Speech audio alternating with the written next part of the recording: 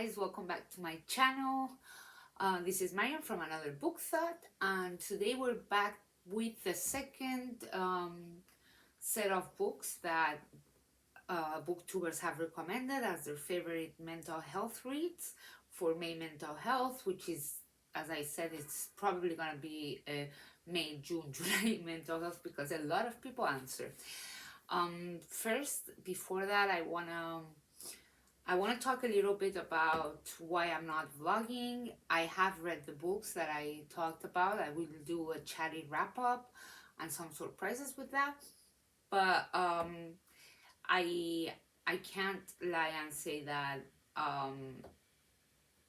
that I'm talking about my mental health and my own mental health. I don't say honestly here. So I suffer from PTSD, and one of the biggest, well, all of them are big symptoms, but one symptom that comes a lot and goes a lot up and down is my dysthymia, which is a chronic depression and anxiety, and my OCD, which obsessive compulsive disorder. Those are two things that I struggle with, and they've been up the roof this past week. So I decided that I'm just gonna take the channel step by step, just gonna upload when I can, and yeah, I hope you stay. I'm sorry I'm not being consistent as other channels may be, but yeah, we're gonna talk a little bit about these two. This second book haul. I am very excited because this makes sense in my head, but there are a lot of themes that can come. I love reading a book and then going into another book that talks the same, and just like being able to broaden more my view. And I think these ones that I've chosen for my next reads do a little bit compensate and talk broadly about the same themes, some of them. So my first choice, the first choice I'm going to talk about is from Caroline. She's a dear friend in Instagram to me. It was her birthday not long ago, so happy birthday, Caroline, again. And she actually recommended to me to read, well, I'll link her channel, of course, Motherhood by Sheila Heti, sorry.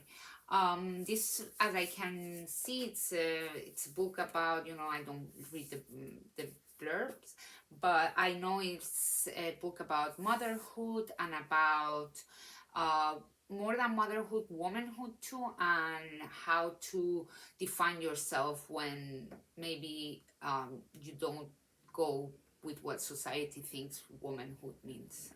So I'm very excited because those are things I struggle and think about myself a lot. So I thought after reading this one, I would go with GK Grace from GK Reads choice, which is Inferno, and it's a memoir of motherhood and madness, and it's by Catherine Cho. And this one, I think I'm gonna do it after Motherhood because this one actually it's about a postpartum psychosis, which I haven't heard a lot. I've heard a lot of postpartum depression, but not psychosis. And I know that she is in a psychiatric unit, and that's something that I've struggled with. So I think these two are gonna complement well because they talk about motherhood not as we see in society. So that's those two. Those are the physical ones I've got. Then I'm gonna read from Natalie, from Curious Reader. I'm gonna read The Collected Schizophrenias, which they're essays by Esmé, Weijun, Wang, and I'm so excited because this has been in my TBR for so long. I know it talks about the misconception of mental health, more of schizophrenia, which is what she struggles with. And I think it talks about, the essays about the misconception society has, and I've never really delved into the schizophrenia, only what I study in my psychology degree. But yeah, I'm excited to hear her own voice. And while reading this one, after I finished, I thought of going, picking up Scott and Nelle from Gunpowder Fiction. Of course, all the, I put that. And they decided that I should read The Fragments of My Father, which it's a memoir of madness, love, and being a carrier. So I think after reading the collected schizophrenias, I want to hear about someone who has taken care of somebody with schizophrenia. I think the father suffers paranoid schizophrenia, and it's what I've been able to without the spoil, really reading the back and knowing everything. I just think the back always gives so much up, but I think he also not only talks about himself, he also talks about two important literature figures who've also been carers, one being Leonard Woolf or Virginia Woolf, and another one being Scott Fitzgerald for Zelda, his wife too. So I think it's going to be interesting seeing that part of the carer after I've read the collected schizophrenias and I've been a little bit more educated in the matter. That one, those are the ones that are linked, Motherhood, Schizophrenia. And now I'm gonna read one that after that I'm so excited about, because as you know, last month was a disability readathon and I couldn't get to this one and I really wanted to.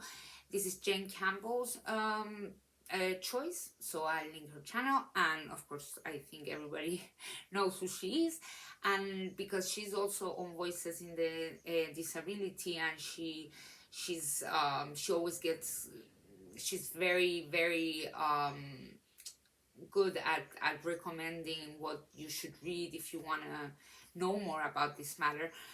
She really recommended Sitting Pretty, which is by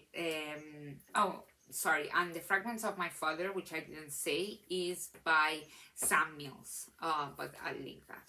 So Sitting Pretty is by Rebekah Taussig. I hope I said the name right. And I know that she has an Instagram account, which I'll link down below, which is at Sitting Pretty. And I love following her. So this is a collection of memoirs and essays on the what Jen told me. It's of course it talks about disability and ableism, and a lot about how it is for someone with a disability to live in this ableist society, and what that does to mental health. So I think that's gonna be a little bit more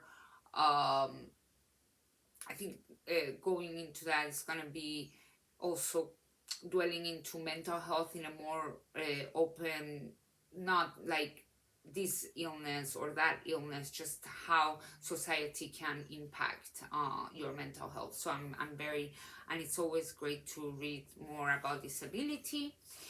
And last, this is quite a dark read, which with my current mental health, maybe it's not the best.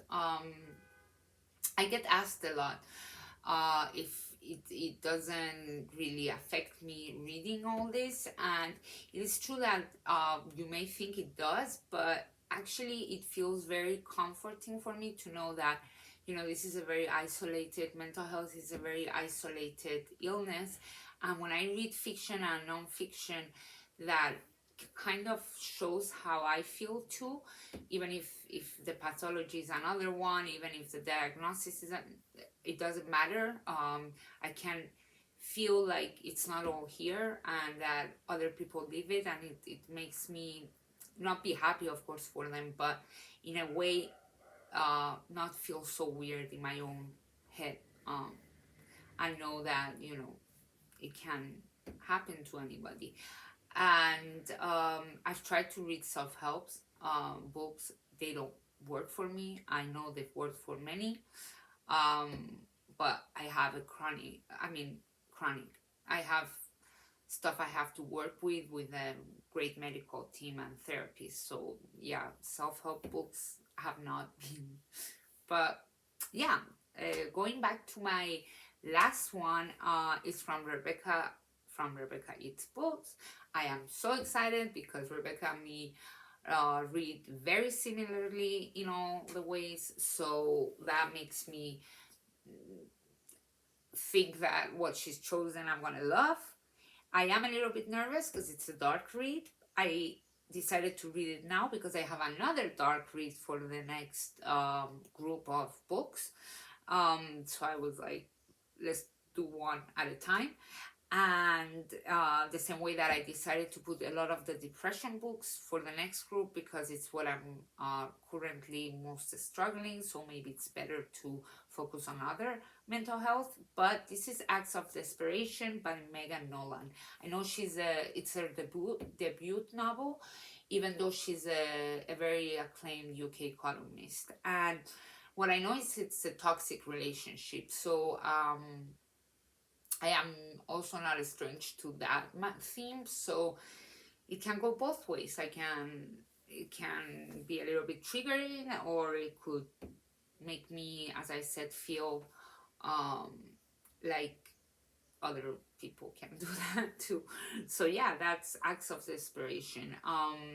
That's all I know. I know it's a toxic relationship. I know it's a lot about addictions and a little bit self-destruction, but yeah, I've heard it's a quite dark read, so fingers crossed. And that would be my last for this one, because we still have a lot to go, but I've been finding 5-star reads with these recommendations.